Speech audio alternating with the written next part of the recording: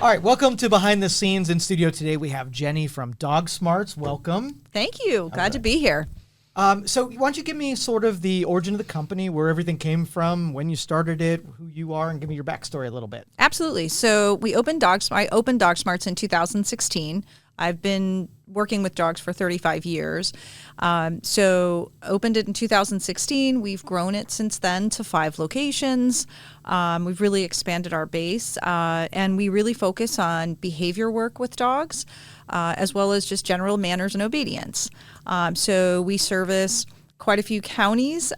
We offer group classes, private training, drop off and train. We specialize in behavior work, but we obviously do other things like fun obedience classes and puppy classes and all that good stuff.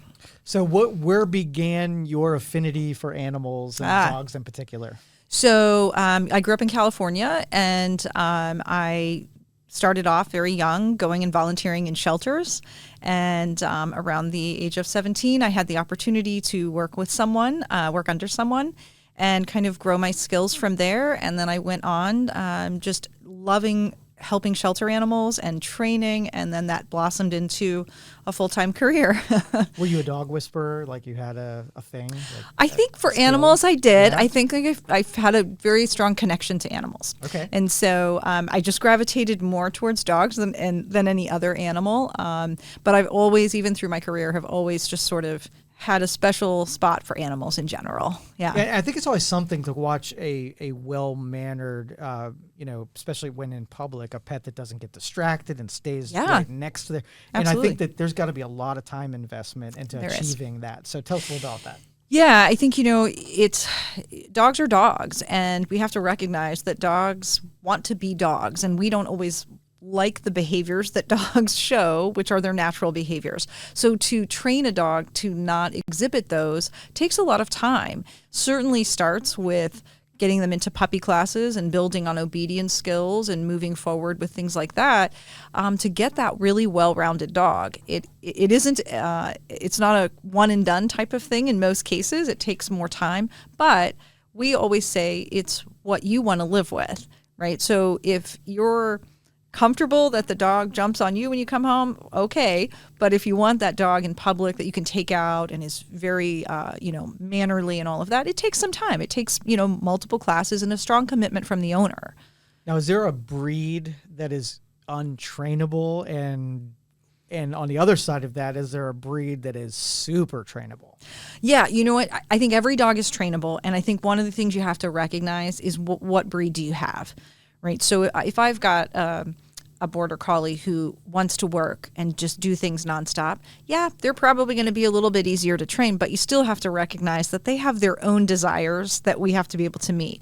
If I had an English bulldog, they're still trainable, but maybe they're not going to have the stamina of training that, say, a German Shepherd, a Border Collie, or even a Pit Bull would have. So there are differences, but they're all trainable, and age does not matter. So now, when you see, like in a circus, that you got all those kind of breeds that are doing like extravagant things, are those special, or is it you can train to a point where they can exhibit almost non-dog qualities? Yeah, you can. I mean, you can look at service dogs to show you that. Yeah. But you can. I mean, you can train dogs to have some pretty strong controlled behaviors in public or in distractions. But it takes time, and that's the thing people always have to understand. It takes time. And you also have to take into account that some dogs are going to have behaviors that prohibit them from being able to do some of the things humans want them to do. We have a lot of dogs in society now that struggle with things like reactivity, where they bark and lunge at things, and fear and anxiety, and we have to treat that. We still have to work with those dogs, but they may not be worked with in the same way that we would in just an obedience class. And so that can prohibit some of the things that we would like for our dogs to do. Is it easier to train a dog to do something or to not do something? Oh, that's a great question. I think it's easier to train a dog to do something. So we're positive reinforcement trainers and behaviors. We work on teaching the dogs by reinforcing what we like them to do. And so instead of just constantly telling the dog, no, get off, we teach them to do an alternate behavior. Okay. So if you teach them the skill set, it's easier to train the dog, because here's the thing is that most dogs that that struggle with doing behaviors we don't like oftentimes don't actually know what the owners want them to do. So they're just defaulting to what's a normal behavior. So now it's valuable for society that people give, rescue dogs and getting rescue, from the pound and from private residences. But do you inherit any of that trauma that becomes harder to train or harder to get a good behaving dog? Yeah, this goes down a big rabbit hole. So it does. Their trauma is no different in dogs than it is in people. It resonates in the same way. They just don't necessarily communicate it in the same way that humans do, nor do they have the ability to communicate it in that way. And so what we see are some of these dogs that come out of traumatic situations. They have struggles. They may have fear. They may have anxiety. They may have reactivity to things. They may, dogs, for example, that are starved, they're going to have a little bit different learning curve because starvation in a dog, starvation in a human, it's the same result. There's damage to the brain. But they all are incredibly resilient. And so I think you can still make tremendous progress. We spend a lot of our time, or we donate a lot of our time to working with shelters. That's been one of the premises of the business when I started, was to always give back. And, my heart is in the shelter world for sure. And we work with tons of shelter dogs all the time. And we're seeing that they are incredibly resilient. They are able to bounce back from things if we train them in the right way. Now, any age dogs, can you train, let's just say you skip the puppy stage, didn't do a whole lot. Now you get to a, sub-adult, you get to a more older dog. Yeah. Still doable? Yeah. Absolutely. Any age. We have dogs that come in at 9 years old, and I think that's amazing. Just like people, if we keep our brains going as we get older, it extends our life, and it's the same for them. And older dogs oftentimes love to work. They might have mobility issues where they can't do as many things as the young dogs, but their brain is still vibrant. And so absolutely, we love that. Let's get into watching our video here. Now, Awesome. If there's anything notable, you can describe what we're looking at. Yeah. Yep. So we're at our Poland location. And obviously that's our sign, and we do training and behavior. That's our lobby in Poland. So we have a lot of retail things of mental stimulation, toys for the dogs to just keep their brains working, and also give some humans some breaks from their dogs, especially those young dogs. Puppies. Absolutely. That's Colleen, our receptionist, and Jess, our receptionist. The bin on the side with shelter donations. We collect for the shelters all the time because we just think that's super important. Those are very nice cards that people have sent us thanking us. And going into the second part of the lobby, some more retail items. Yeah, a variety of really cool stuff.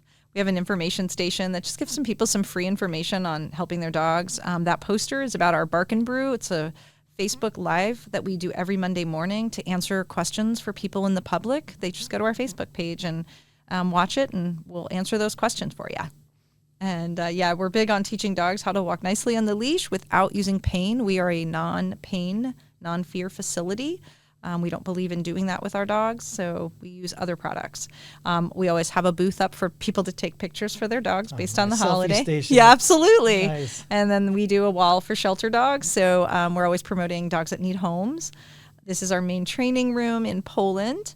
It's John, one of our trainers, and some upcoming classes, and we use rubber impact floors, so it's good for the dogs, good for puppies when they play. Our Poland facility's been there since 2016. And we do some agility classes we actually just do this for fearful dogs, so dogs that are shy, a little more timid. That's what all the equipment is that you see. This episode was brought to you by Youngstown Computer, the Valley's technology company.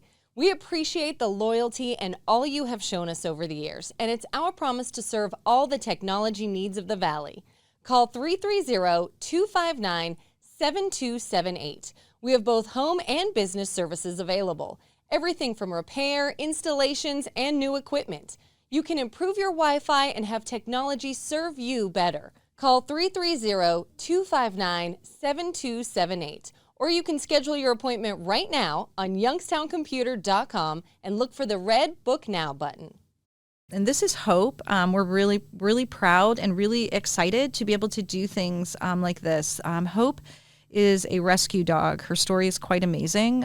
She was left out in the sub-zero temperatures when there were orders to bring the dogs in. The owner chose to keep her outdoors in a non-insulated, basically wood box, water bowl frozen, all of that. She was a humane case that was seized.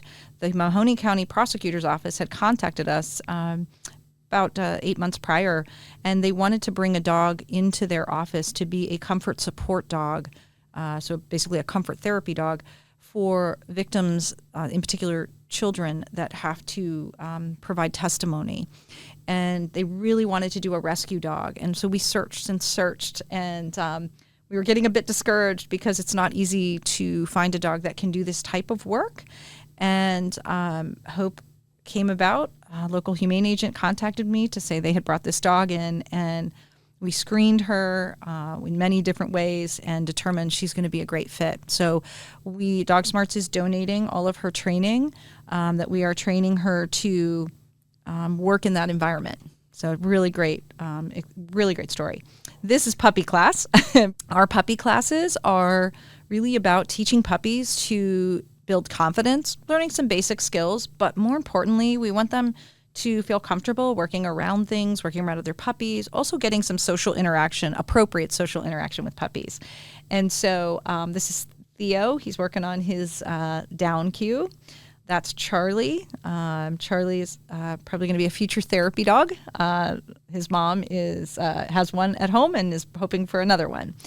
And so we work on some basic skills, and I mean, you just can't stand how cute they are. They're adorable. And so, and we'll just kind of go down the line with our pups. That's Ellie, and she's also a golden.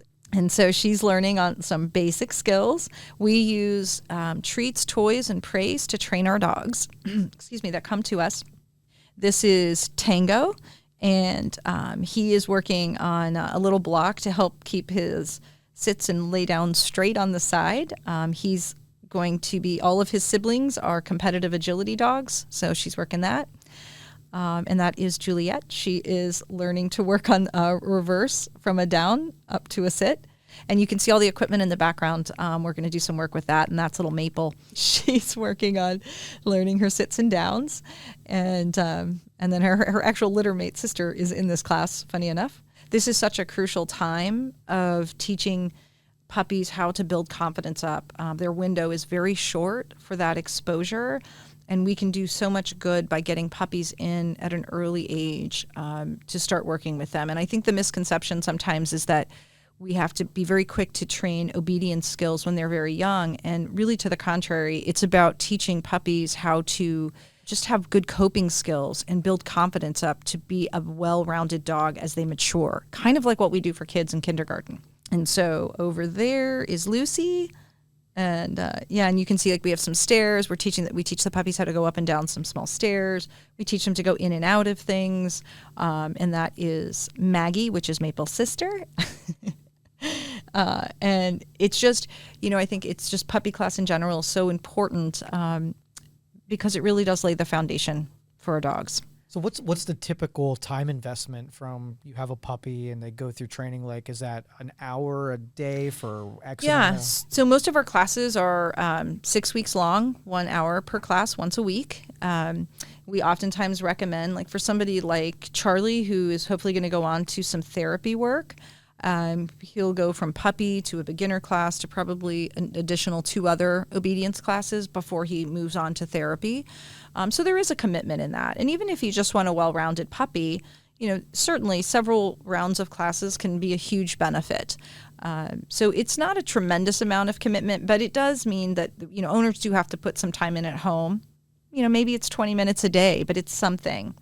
And Lucy's a little more nervous of a puppy, and so that's actually what that jumping is about. It's a little more nerves than it is anything else, and that's something we'll work with her separately on in our private training, helping her to feel a little more comfortable in her environment. And that's one of the things that we oftentimes do is, although we might have puppies in classes, we'll move them into private work or some of our specialized classes that are geared specifically towards dogs that are fearful or reactive or even impulsive, where they're just wild. Okay. We have classes specifically for that to help owners with that. because they're not always candidates to go into a regular obedience class. That doesn't mean there's anything bad with that. It just means that they need to go in a different direction to get them where we need them to be. Now, are there any breeds that take to training quicker, like they're smarter at the training side than other dogs that maybe take a little while? Yeah, well, I think that what we see, you have some breeds that are really, really that love to work like that, and so the traditional would be border collies and shepherds and Australian shepherds, but also pit bulls are incredibly intelligent breed. They're so smart. Golden retrievers, labs, again, they all have different learning styles and learning curves, labs and goldens, they're just so happy to have encouragement. When I was watching these dogs, I'm thinking that lab really wants to be your friend and Totally. will listen to your skill, what you're telling them to do because they like you. Yes. Where the smaller dogs are like, show me the details. Yeah, I want the data. Exactly, right. And that's the cool thing about training is like being able to identify that for your own dog. Like you might have a dog that loves praise. And, even in my case, I have a dog who, yes, he loves praise because he loves everybody, but praise just from me is kind of rewarding, but he gets praise from everybody. So he just thinks, it's okay. He's more toy motivated than he is food motivated. Okay. And so when I work with him, I use a lot of toys. For a lot of these dogs, food's a great motivator. Sometimes it's their owner's praise, and sometimes it's just toy or lots of fun. And when you can harness that, you can get tremendous skills from a dog and reliability, which is super important in training.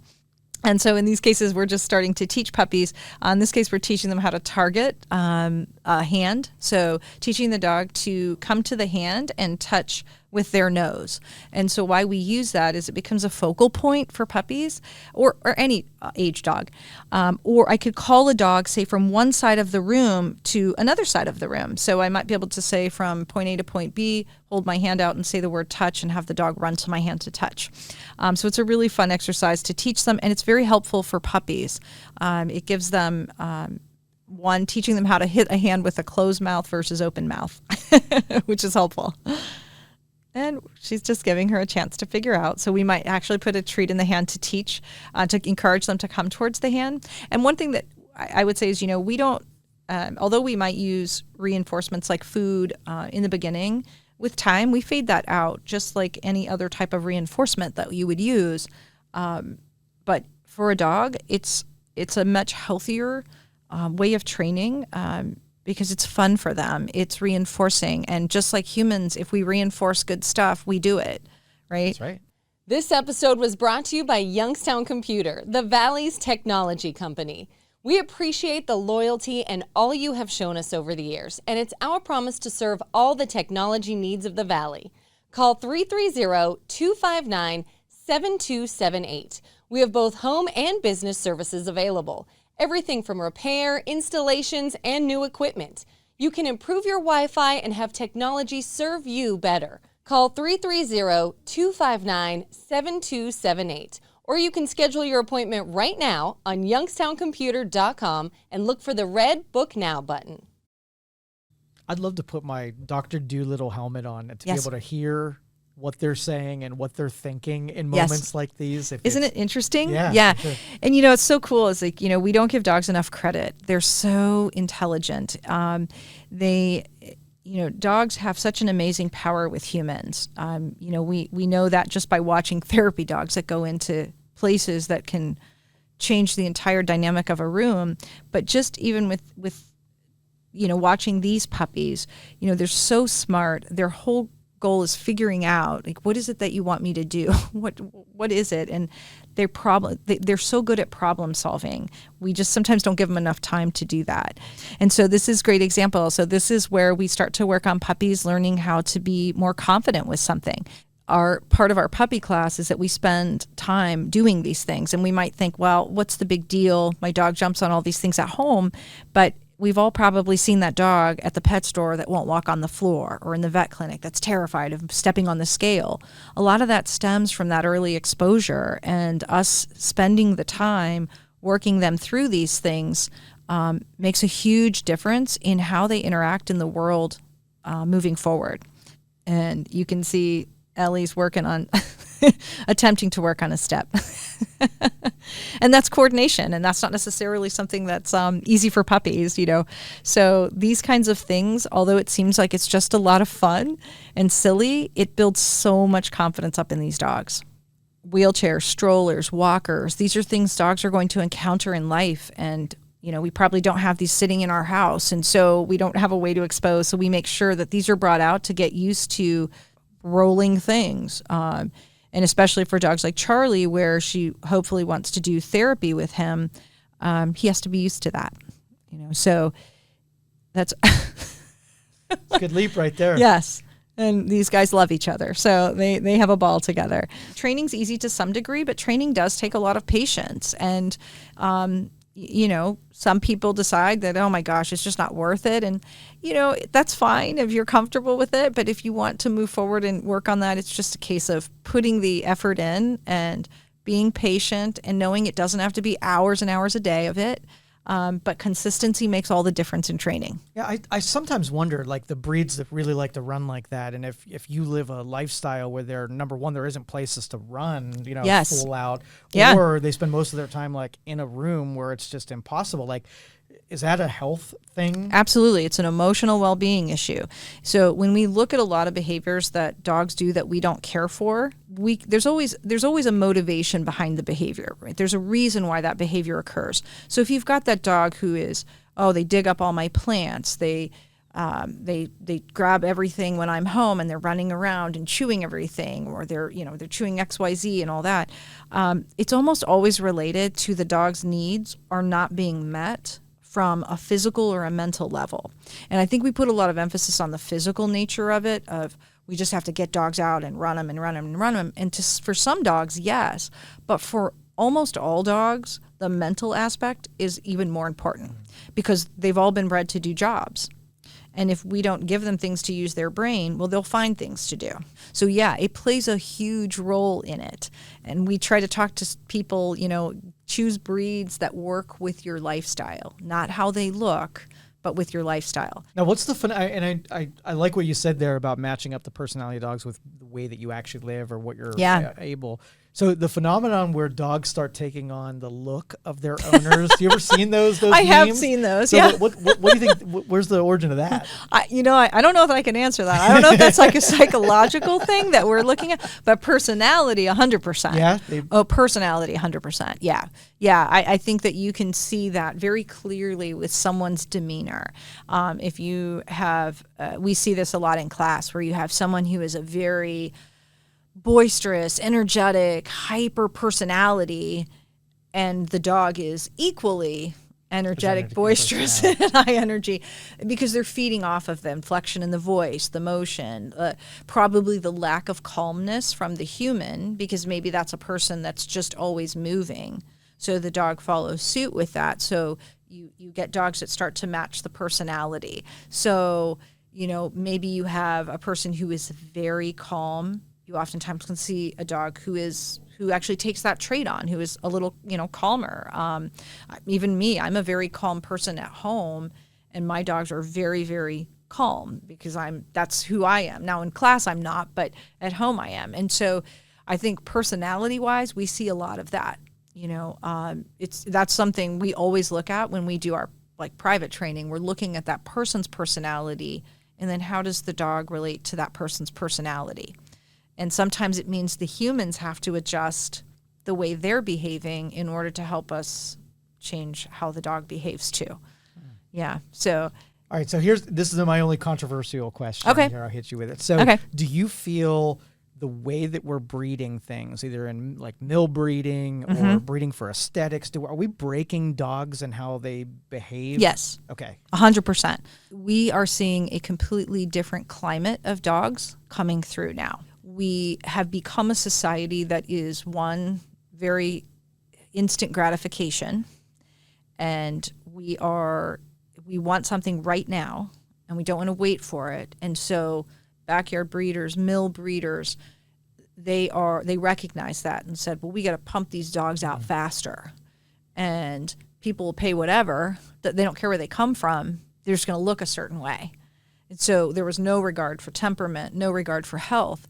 in many cases, they're health compromised or mentally compromised. And so we've seen that influx of those dogs. Well, then what happens is those dogs go into homes, they have a boatload of problems, then they end up in the shelter, and now we've created more trauma for that dog, and now that dog's being funneled through the shelter system, and the behaviors get worse, And so we've seen that. Then we also had COVID, and that took an entire generation of dogs right there, for two reasons. We had these dogs that prior to COVID, like in our case, they were coming to classes, and we had, how many classes running in a week, and we had to close down. And so these puppies couldn't finish up puppy class. And then they came back, 4 or 5 months later, 6 months later, when people started to become more comfortable.